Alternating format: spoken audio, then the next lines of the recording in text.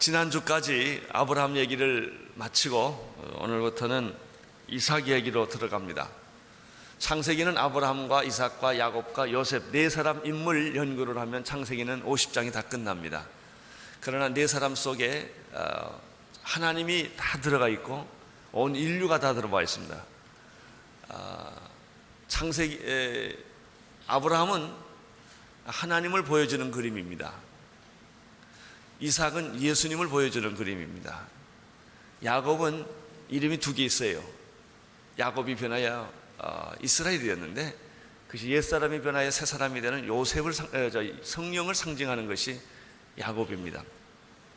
그리고 요셉은 온 인류가 추구해야 할 메시아상을 보여주는 우리의 하나의 모델이 요셉입니다. 성부와 성자와 성령과 요셉, 이게 창세기를 구성하고 있는 전부인데 오늘은 이삭에 대한 삶을 나누겠습니다. 아브라함은 그의 나이 175세로 일기로 이 세상을 마감합니다. 그렇지만 아브라함은 죽었지만 아브라함을 향한 하나님의 약속과 축복은 100세 얻은 그의 아들 이삭을 통해서 계속되고 있다는 놀라운 사실을 우리는 발견합니다. 아브라함은 죽었지만 결코 그는 죽지 않았습니다. 그의 믿음은 계속되고 있었고 하나님이 그에게 주셨던 축복도 계속되고 있었다는 사실입니다. 나는 여러분에게 주신 하나님의 약속과 축복도 여러분의 죽음으로 끝나는 것이 아니라 죽음 이후에도 여러분의 자녀들을 통하여 그 믿음은 계속되며 축복도 계속되기를 축원합니다. 그렇습니다. 하나님이 우리에게 주신 약속과 축복은 결코 한 사람이나 한 시대로 끊어지지 않는다는 것입니다. 축복은 계속된다. 약속은 계속된다. 하나님의 섭리는 계속된다. 사람은 죽을지라도 육체는 땅에 들어갈지라도 그의 믿음은 계속되는 것이다. 사람의 육체라고 하는 것은 누구를 막론하고 일정한 시간이 지난 이후에 동일한 죽음을 맞이하게 됩니다. 시편 90편 10절에 보면은 우리의 연수가 70이여 강건하면 80이라는 말은 사실일 것입니다. 우리가 잘 살면 70이에요. 좀 건강하면 80 정도까지 살 수 있을 것입니다. 그러나 누구를 막론하고 우리는 땅으로 들어가야 하는 것입니다. 히브리서 9장 7절의 말씀을 생각하게 됩니다. 한 번 죽는 것은 사람에게 정하신 것이요 그 후에는 심판이 있으리라. 아무 누구도 이 죽음을 피해갈 길은 없습니다. 그러나 죽음이 인생의 종말인가? 죽음이 인생의 끝인가? 그렇지 않습니다. 죽음 후에도 영생은 있는 것이며 죽음 후에도 믿음은 계속되는 것입니다. 19절 오늘 하나님 말씀 25장 19절 20절 함께 읽겠습니다. 시작. 아브라함의 아들 이삭의 후예는 이러하니라.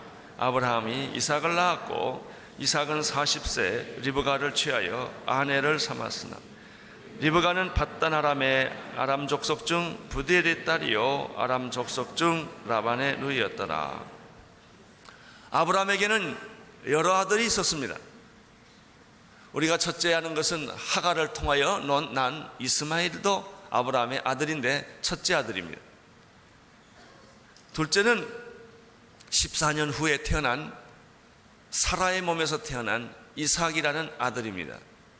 세 번째는 후처였던 구드라를 통하여 난 여섯 명의 아들이 있었습니다. 아브라함은 죽기 전에 이 모든 아들들에게 살만한 것을 다 장만해 줍니다. 그러나 특별히 약속의 자녀인 이삭, 사라에게서 태어난 이삭에게는 아브라함의 소유의 대부분을 상속시켜 줬을 뿐만 아니라 하나님의 약속과 축복도 이삭에게 물려주었다는 사실을 오늘 우리는 성경에서 보게 됩니다. 아브라함의 축복은 이삭에게 계승되었다. 계승은 내가 하고 싶어서 하는 것이 아닙니다.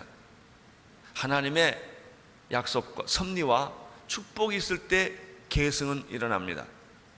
교회도 마찬가지고 기업도 마찬가지고 다 마찬가지입니다. 계승하고 싶다고 계승되지 않습니다.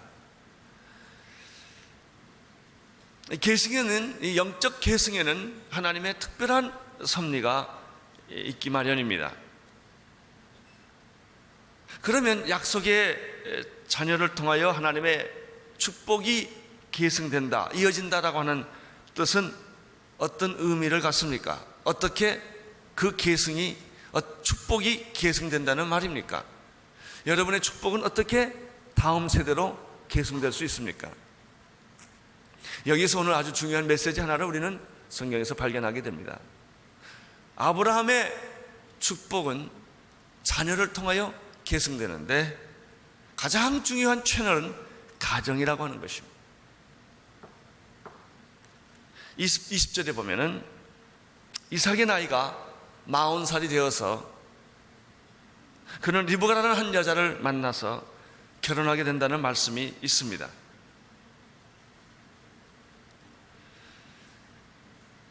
이삭이 아내 되는 사람은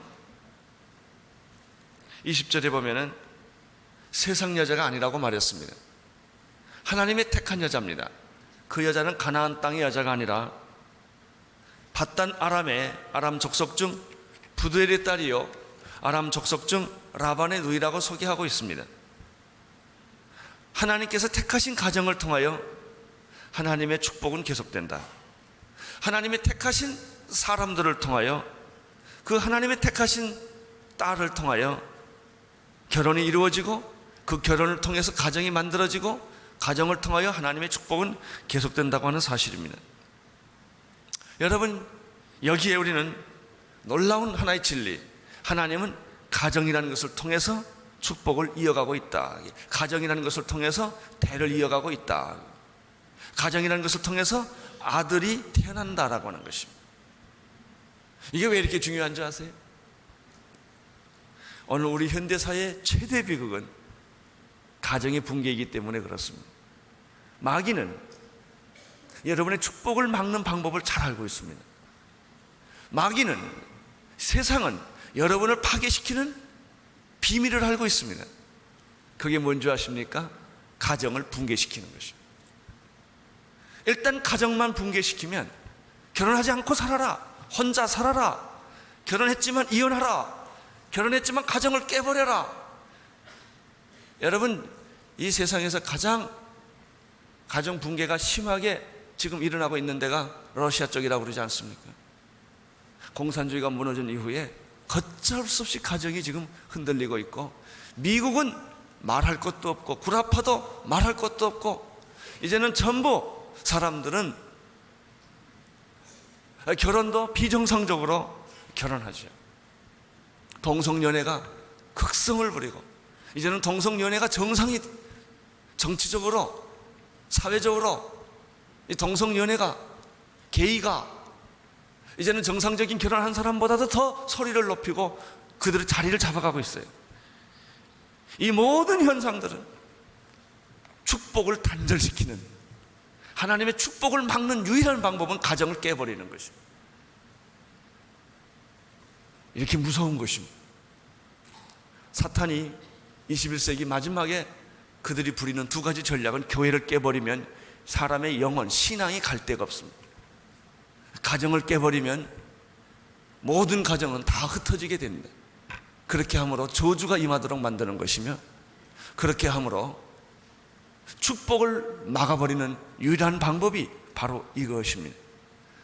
아브라함의 축복이 어떻게 자녀들에게 계속되는가? 가정이에요. 가정이라는 제도를 통하여 하나님은 자기 아들 이삭에게 이 축복을 계속 넘겨주고 있다는 사실을 오늘 25장에서 우리는 발견하게 되는 것입니다. 가정이 무너지면 약속과 축복도 무너지고, 그리고 사람들은 상처를 받게 됩니다. 상처받은 사람들은 또 상처받은 사람들을 또 만납니다. 상처가 치유되는 것 같으나 얼마 가지 못해 또 헤어집니다. 계속해서 상처받은 사람들은 상처받은 사람을 만나고, 또 상처를 주고, 또 상처를 받고, 또 상처를 나누고, 하는 것이죠. 일반적으로 사람들이 왜 결혼하나 보면 결혼의 중요한 의미, 축복의 의미, 축복의 계승이라는 관점에서 보지 못하고 나이가 들고 필요하기 때문에 결혼을 합니다. 필요해서 결혼했기 때문에 필요해서 이혼합니다. 그러나 그렇지 않습니다. 결혼은 내가 필요해서 결혼하는 것이고 내가 필요해서 이혼하는 게 아닙니다. 결혼은 축복의, 가정은 축복의 통로입니다. 결혼은 축복의 통로입니다. 여러분, 많은 사람들이 가정과 결혼에 대한 중요성을 정말 안다면 웬만한 위기는 다 넘어갑니다. 왜 사람들이 쉽게 결혼하고 왜 사람들이 쉽게 이혼하느냐? 결혼의 중요성을 너무나 모르기 때문에, 그걸 쉽게 생각하기 때문에, 그저 오다 가다 만나고 오다 가다 헤어진다는 필요에 따라서 사람들은 만났고 필요에 따라서 가정이라는 것을 생각했는데, 일단 아이를 낳고 보면 이게 보통 사건이 아니라는 것을 우리는 늦게서야 알기 때문에, 이것이 오늘 우리 현대 사회가 가지고 있는 심각한 비극입니다. 오늘날 사회의 회복은 가정의 회복이 있고, 결혼은, 정말 축복된 결혼은 행복한 가정의 기초라고 하는 사실을 우리는 오늘 25장에서 발견하게 되는 것입니다. 우리는 여기서 얻어진 하나의 결론이 있어요. 앞으로 여러분의 자녀, 나는 실패했다 하더라도 여러분의 자녀의 결혼은 함부로 시켜서는 안 된다는 것이죠. 결혼 당사자인 여러분들, 여러분 결혼을 쉽게 생각하고 오다 가다 만나고 쉽게 만나고 쉽게 헤어지는 그런 결혼관을 버리셔야 합니다. 왜냐하면 결혼은 내 일생을 축복의 통로로 하나님이 쓰시고 있기 때문에 그런 것입니다. 나는 온누리교회가 가지고 있는 많은 프로그램 중에서 가장 자랑스럽게 생각하는 프로그램이 가정사역입니다. 왜냐하면 이것은 행복의 기초이기 때문에 그렇습니다. 오늘 온누리교회 가지고 있는 아버지 학교, 참 우스운 일 중에 하나는요, 아기 낳으면 아버지인 줄 알아요. 아버지 훈련 전혀 받지 못하고 아버지 자격 없는 분들이 결혼해서 아기 낳으면 자기가 아버지인 줄 알아요. 아닙니다. 아버지는 아버지 자격이 있어야 돼요. 가정을 이끌고 갈 만한, 이 축복을 계승할 만한 그런 훈련과 그런 인내와 그런 모든 조건을 갖추어야 아버지가 되는 것이죠. 아기 낳으면 어머니인 줄 아세요? 아닙니다. 젖발리고 아기 기저귀 갈면 어머니가 아닙니다. 우리는 정말 어머니가 돼야 되고 정말 성경적인 아버지가 돼야 되고, 여러분 가정 하나 지키고 하는 것이 얼마나 어렵고 힘들고 정말 피땀 나는 일인데요, 가정 지키는 것은 쉽지 않아요. 끝까지 행복한 가정을 누린다는 것은 수많은 대가를 치루어야 하며 수많은 눈물을 흘려야만 그 가정은 지켜지는 것인데, 이유가 있어요. 그만큼 가정은 축복의 통로라고 하는 것입니다.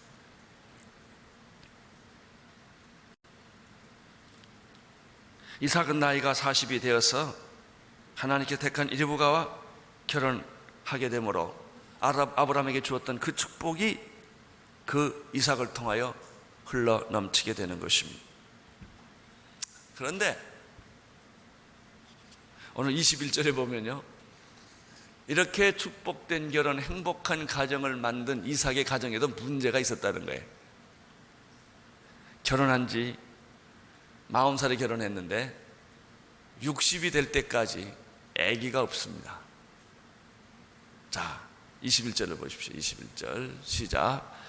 이삭이 그 아내가 잉태하지 못하므로 그를 위하여 여호와께 간구하며 여호와께서 그 간구를 들으셨으므로 그 아내 리브가가 잉태하였더니, 여기 보면 21절에 이삭이 그 아내가 잉태하지 못함으로 라고 되어 있습니다.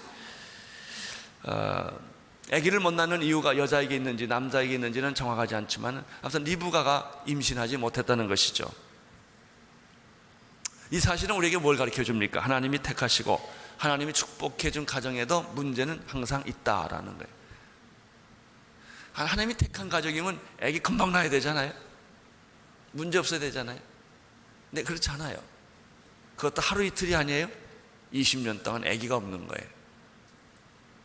저는 아이를 갖고 싶은데 아이가 없는 그 부부가 그렇게 막 힘들어하고 애타는 사람을 많이 봅니다. 오직하면 저에게까지 와서 목사님 기도해 주세요 라고 말을 하겠습니까? 우리는 이러한 사실을 배울 수 있습니다. 아무리 행복하고 축복된 가정이라 할지라도 다 한두 가지 문제는 가지고 있다. 어떤 사람은 임신하지 못해서 고민이 있고, 어떤 사람은 아기는 잘 낳았는데 먹을 게 없어서 고생하는 집이 있어요. 경제적인 고통이에요. 그래서 정말 힘들게 아이를 키우는 그 마음 나쁜 것도 아니에요. 부부가 착하고 선한데 그런 분이 있고요. 또 어떤 분들은 돈도 있고 애들이 있는데 본인이 건강치를 못해요.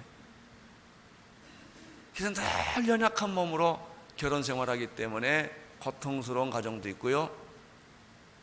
또 애는 주렁주렁 잘 낳는데 그 난 애들마다 다 타락하고 방탕해서 사고만 치니 늘 애들 때문에 가슴 아리하는 그런 부모도 있고 그렇습니다. 여러분, 문제 있다는 것은 문제가 아닙니다. 그건 정상입니다.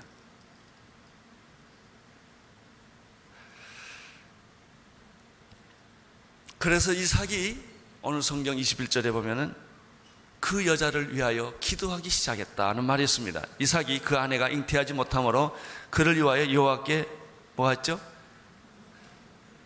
여호와께 간구하며 이렇게 되어 있습니다. 이삭은 자기 부인이 아기가 없는 일 때문에 하나님을 원망하거나 누구를 비판하거나 그렇게 하지 않았습니다. 대부분의 많은 사람들은 문제가 생기면 누구를 원망하거나 비판하거나 또 자기 운명이거니 하거나 사주팔자 타령을 많이 합니다. 그것은 더 문제를 악화시킬 뿐입니다. 문제를 받아들이십시오. 그것이 어떤 종류의 문제든지 현실적으로 받아들이십시오. 받아들이고 긍정적으로 그 문제를 가지고 기도하기 시작하라는 것입니다. 이렇게 했던 사람이 이삭이었습니다. 이삭 26절에 보면은 이삭이 기도하던 끝에 나이 60에 임신을 하게 됩니다. 이삭의 기도는 20년이었습니다. 20년의 세월 동안 그는 하나님 원망하지 않았습니다. 불평하지 않았습니다. 환경을 원망하지 않았습니다. 나는 왜 이런 신세로 살아야 되느냐 이렇게 말하지 않았습니다. 그는 20년 동안 변함없이 기도했다는 것입니다. 그러한 일은 이삭만 그렇게 하지 않았습니다. 아브라함도 그렇게 했습니다. 아브라함은 25년 동안 하나님이 약속의 자녀를 주지 않았다는 사실을 기억해보면 우리는 이 사실을 알 수가 있습니다. 아무 응답이 없는 20년의 세월, 그것이 가정의 현실입니다. 그렇게 내가 가정을 가졌다고 모든 것이 다 짝 맞추듯 척척 맞춰지지 않습니다. 그것이 가정입니다. 그렇지만 그 문제가 주어졌을 때 그 문제를 도피하거나 그 문제 때문에 원망하거나 그 문제 때문에 불평하거나 그 문제 때문에 깨버리는 것이 아니라 20년 동안 변함없이 기도했다는 사실입니다. 이것이 오늘 우리가 배워야 할 중요한 교훈입니다. 행복한 가정과 결혼의 비밀이란 무엇입니까? 문제가 없는 것이 아니라 문제가 있을지라도 기도하는 데 있는 것입니다. 기도하는 부부, 기도하는 자녀가 있는 가정은 어떤 홍수가 나고 태풍이 분다 할지라도 허물어지지 않습니다. 오늘날 현대인의 모든 가정의 부족은 돈이 없는 것도 건강이 없는 것도 자녀가 없는 것도 아니라 우리 가정에 기도가 없기 때문에, 기도가 없기 때문에 단 하나입니다. 믿음이 없기, 기도라는 것이 없기 때문에 돈이 없는 것보다, 자녀가 없는 것보다, 어떤 것보다 더 큰 위기는 기도를 잃어버릴 때입니다. 그러나 아무리 힘들고 어려워도 당신이 계속 기도하고 있다면 하나님의 축복의 물줄기는 여러분을 통하여 흘러 넘칠 줄로 믿습니다. 여러분, 나는 실패했을지라도 내 자녀들에게는 이 축복을 계승시켜 줘야 합니다. 21절을 다시 한번 보시겠습니다. 시작. 이삭이 그의 아내가 잉태하지 못하므로 그를 위하여 여호와께 간구하며 여호와께서 그 간구를 들으셨으므로 그 아내 리브가가 잉태하였다. 여기서 우리가 또 하나 배우는 것은 무엇입니까? 문제가 생겼을 때 뭐하라? 기도하라. 또 한 가지 배우는 것이 있습니다. 기도란 무엇입니까? 기도란 응답이다. 기도한 즉시 응답된 것은 아닙니다. 20년의 기도 끝에 응답은 온 것입니다. 그래서 우리는 이렇게 말할 수 있습니다. 기도는 언젠가 반드시 응답된다. 내 때에 응답되는 것이 아니라 하나님의 때에 응답되는 것이며, 내 방법으로 응답되는 것이 아니라 하나님의 방법으로 응답되기 때문에 기도는 없어진 것이 아니다. 당신이 한 기도는 절대 땅에 떨어지지 아니한다. 당신이 한 기도는 어딘가 박혀있다. 내가 무슨 입력을 해놓으면 그것이 꼭 그 안에 있듯이 20년 후에 나타나던 15년 후에 나타나던 25년 후에 나타나던 당신의 기도는 어쩌면 당신이 죽은 후에 그 열매가 나타날지 모른다. 그러나 믿으십시오. 기도는, 당신이 한 기도는 어딘가 있다. 그리고 그것은 반드시 응답된다는 것입니다. 20년 세월 후에 기도에 응답된 것을 보고 우리는 또 이렇게 한 가지 더 말할 수 있습니다. 기도는 응답되되 기다림을 통하여 응답되는 것이다. 여기서 하나님의 방법입니다. 하나님은 일찍 오시는 법도 없고 늦게 오시는 법도 없습니다. 하나님의 시간은 정확합니다. 나중에 후에 돌이켜 생각해보면 우리는 모두 이렇게 말할 거야. 하나님, 당신이 옳았습니다.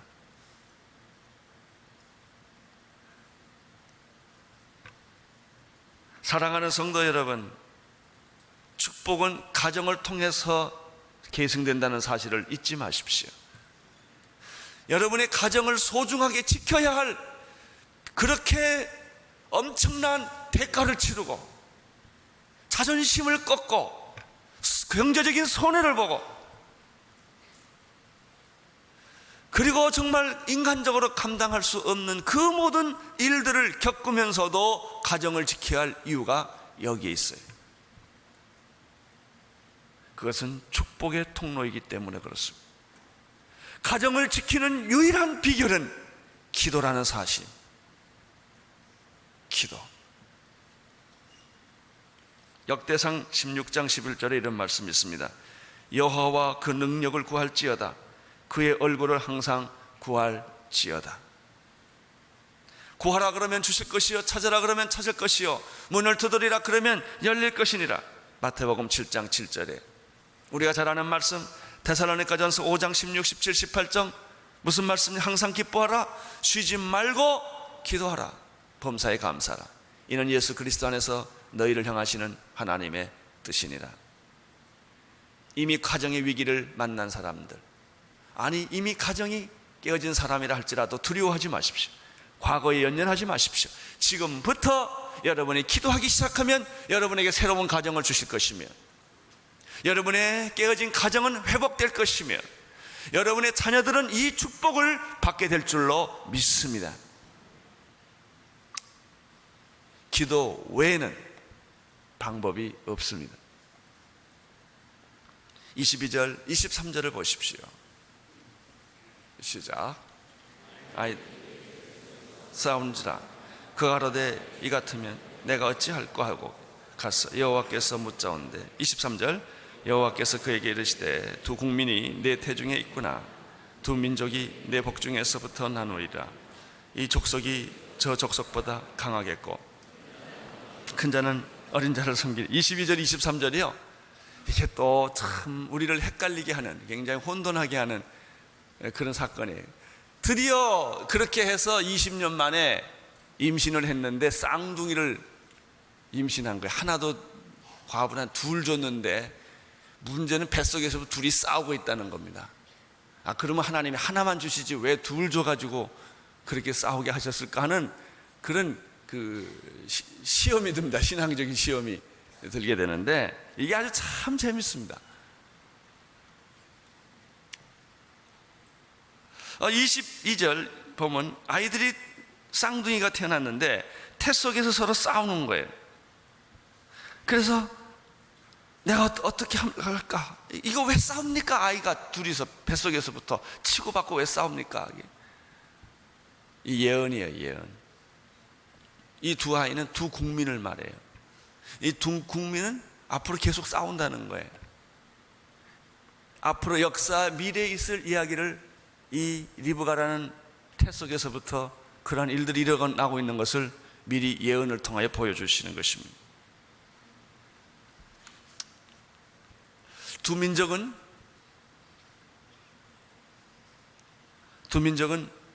이 이삭의 배 안에서 태어나고 있습니다. 근데 이 이삭이 말이죠, 쌍둥이를 태어나기 전에, 그 전에 생각해 보면 참 신비한 일이 있어요. 이미 이삭의 몸속에서 두 민족이 태어난 게 아니라 아브라함 때부터 두 민족이 태어나고 있었어요. 하나는 하갈을 통한 이스마엘이고 하나는 사라를 통한 이삭이에요.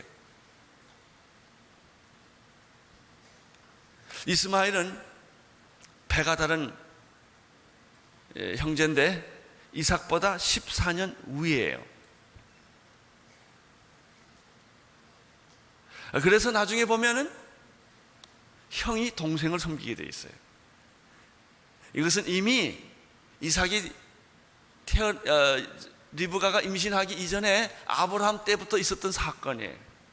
그것이 지금 그대로 지금 리브가의 뱃속에서 다시 재현되고 있는 거예요.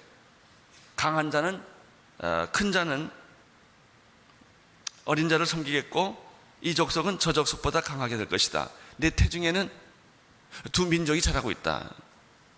여기서 두 가지 예언이 나오는 걸 볼 수 있습니다. 하나는 두 민족이 세워질 것이다. 또 하나는 큰 자는 어린 자를 섬기게 될 것이다. 여기서 우리는 하나님은 뭘 얘기를 우리에게 하고 싶은 것일까요? 갈등을 이야기하고 싶은 것일까요? 큰 자가 어린 자를 섬긴다고 하는 역설적인 역사의 아이러니를 지금 설명하려고 하시는 것일까요? 그렇지 않습니다.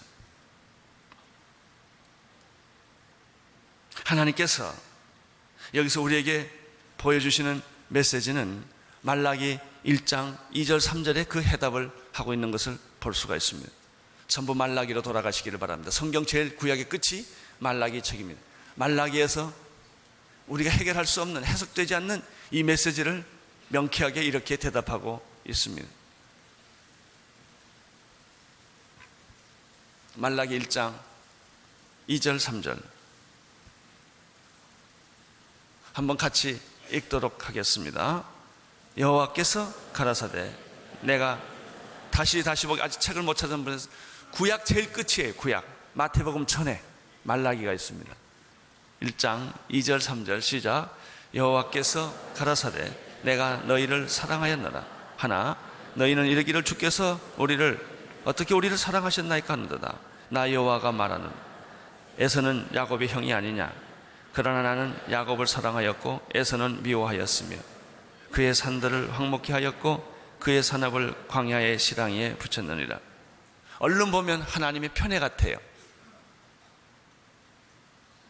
이것은 사랑의 편애가 아니에요. 이것은 사랑의 선택이고 이것은 사랑의 은총입니다. 하나님이 에서와 야곱이 있었는데 하나님이 에서를 사랑하지 않고 에서는 미워했고 야곱을 사랑했다는 얘기는 지금 이 얘기의 관점이 두 사람을 놓고 이야기하는 게 아닙니다. 하나님의 관심은 야곱에게 있다는 것입니다. 사랑받을 수 없는 야곱, 서열상으로도 사랑받을 수 없는 사람, 조건으로도 사랑받을 수 없는 사람, 자격으로도 사랑받을 수 없는 사람이 야곱인데 하나님께서 이 야곱을 선택하셨다라는 메시지가 여기 나옵니다.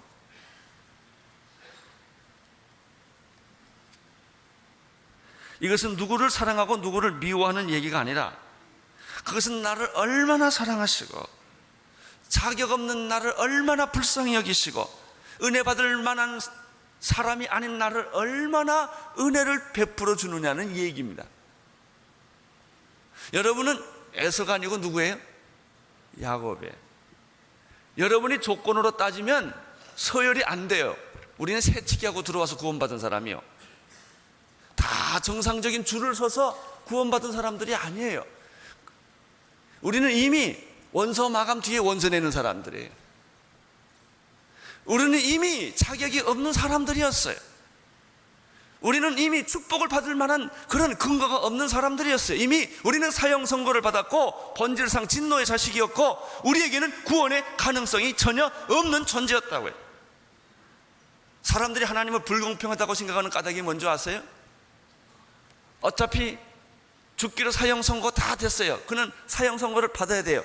근데 하나님이 누구를 건져줬어요. 그랬더니 이 사람 하는 말이, 왜 나는 건져주고 저 사람은 안 건져주냐, 이게. 여러분, 왜 저 사람 안 건져주냐가 아니에요. 저 사람도 죽기로 돼 있고 나도 죽기로 돼 있는데 내가 구원받은 것 뿐이에요. 저 사람이 죽는다고 해서 하나님이 불공평하지 않아요. 우리는 이미 죽기로 결정된 거예요. 왜 이런 생각한 줄 아세요? 우리가 죄인이 아니라고 생각하기 때문에 불공평하다고 자꾸 하나님께 따지는 거예요. 우리는 이미 죽은 사람들이요, 죽기로 결정된 사람이요. 저 사람이 구원 못 받았다고 하나님이 불공평한 게 절대 아니에요. 왜? 이미 죽기로 결정된 사람이기 때문에, 사형 선고를 이미 받은 사람들이기 때문에.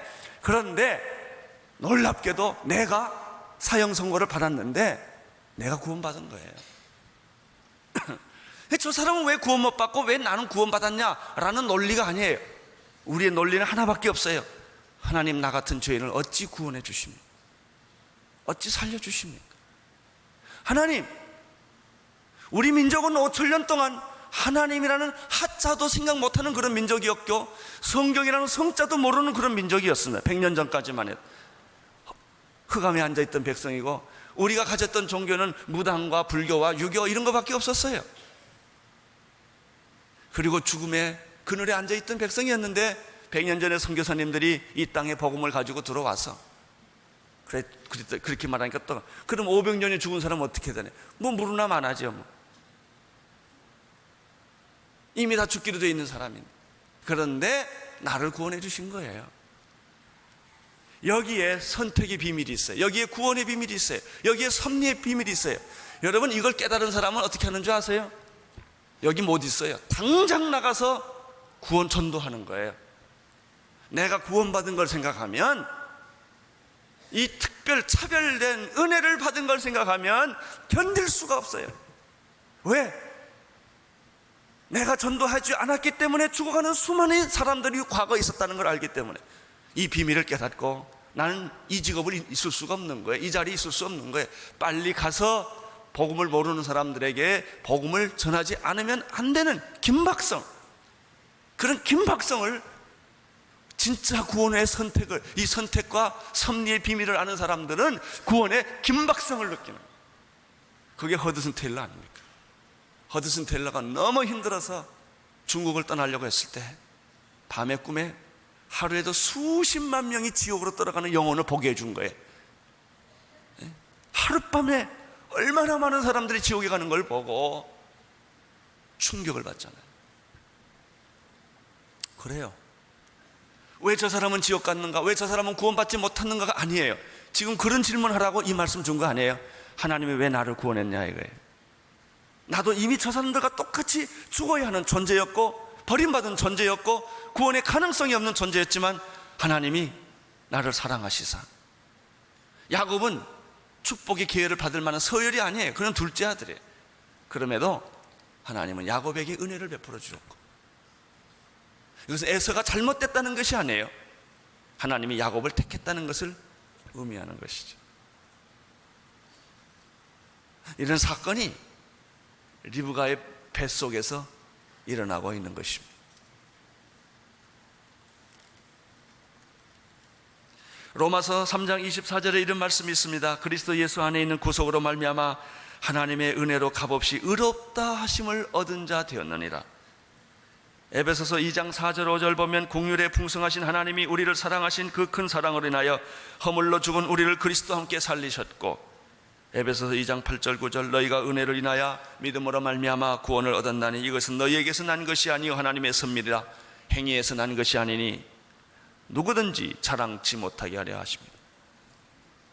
할렐루야. 지금 이런 비밀이 리브가의 몸속에서 일어나고 있는 거예요. 리브가 자신도, 이삭 자신도 이것을 다 해석할 수 없었어요. 여러분, 우리의 인생은 하나의 퀘스천이에요. 해석 안 되는 게 너무 많아. 나는 어디서 와서 무엇을 하다 어디로 가는 존재일까?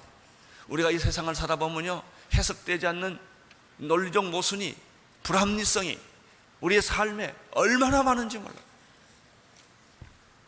그 모든 불합리성, 그 인생의 비합리성, 그 인생에 해결할 수 없는 그 수많은 질문들은 단 한 가지, 하나님을 만나면 이해가 됩니다.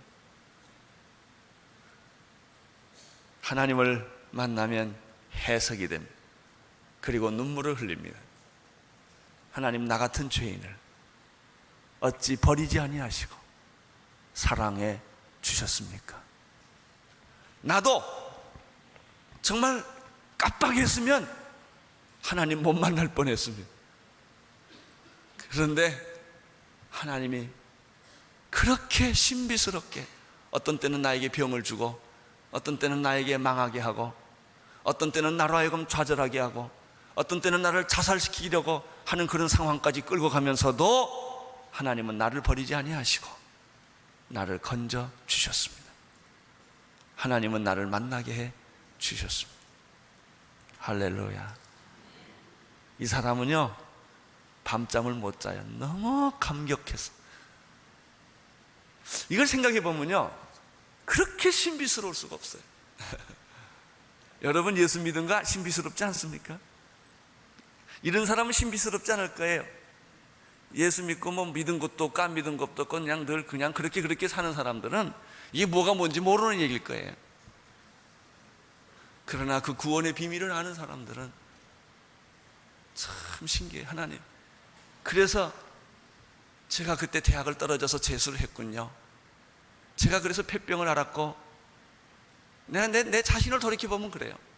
지나온 나의 모든 허물과 연약함과 부족함이 다 오늘 하나님이, 이 하나님의 구원의 놀라운 비밀을 깨닫게 하기 위하여 만들어 주셨던 하나님의 드라마였다. 기가 막힌 드라마였다. 죽는 줄 알았는데 살아났고, 없어진 줄 알았는데 존재했고, 망하는 줄 알았는데 망하지 않았고, 그리고 내가 눈의 비누를 벗어버리고 하나님을 만나게 되었습니다. 할렐루야. 여러분의 축복은 계속될 것입니다. 여러분의 믿음도 계속될 것입니다. 두려워하지 마십시오. 과거의 실패를 두려워하지 마십시오. 이제 여러분은 새 사람이 되었고 축복의 사람이 시작된 것입니다.